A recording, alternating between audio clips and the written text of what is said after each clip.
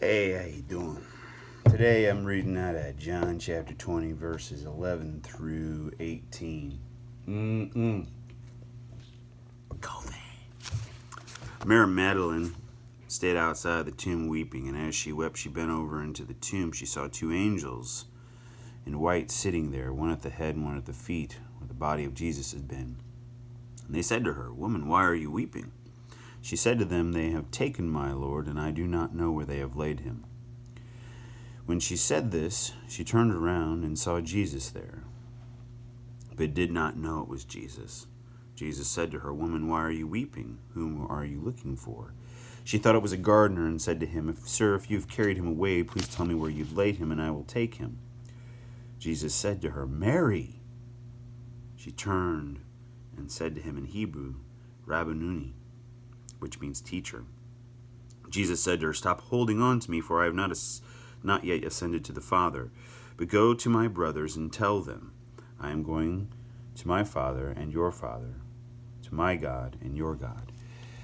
Mary went and announced to the disciples, "I have seen the Lord," and then reported what he had told her. Yeah. It's amazing how, in this life, we sometimes don't see what's right in front of our face, right? It's funny. I was with all this COVID jazz. I'm taking a college course for work, and I've been out of the school racket for a while, and so it's kind of rough for me. And then this happens, and a lot of the lab work, which for me, lab work is not like doctor stuff, obviously. It's like working with pumps and stuff like that. A lot of that stuff is hands-on, and so it's not too bad. But now that we're doing all this distant learning, it's tough. And I was sitting there, and I was just, banging my head, and some of this stuff is like real complicated math, or at least it's complicated for me,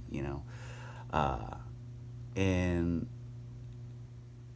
I just, it didn't even dawn on me until after I got done frying my brain and just working really hard that I just emailed the teacher.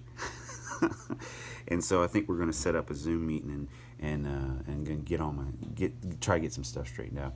The fact of the matter is a lot of times the answer is really easy, and even if it's not really easy, it's right there in front of us. And a lot of times we don't see it. But the one thing we always forget about is God is always with us. He's always right there. And we live in a physical world, so it's hard, right? It's hard when you can't.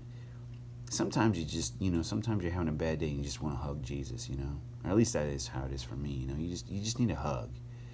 And everybody seems so busy and whatnot, and you just need some words of encouragement.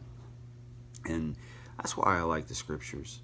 It's how I connect with Jesus, It's why I like going to church. For me as a Catholic, we have the sacraments, and those are huge for me, and whatnot. And I'm trying to not to go off on a tangent here about sacraments because there's a lot there to share. But I guess the thing is when I go through today is to not ever get the idea that I'm alone. Because number one, I'm surrounded by people, and people are good. I believe that people are good. There is evil in the world, but people, I believe, are good, and I think people want to be good. And so I'm surrounded by people, but I'm also surrounded by God at all times. And you should never feel like you're alone, and I should never feel like I'm alone. So if you're getting in that spot, or I'm getting in that spot, you see somebody maybe getting in that spot where they feel like they're down and out, just remind them, hey man, you're not alone. We're in this together, I don't know. That's all I got to say about that.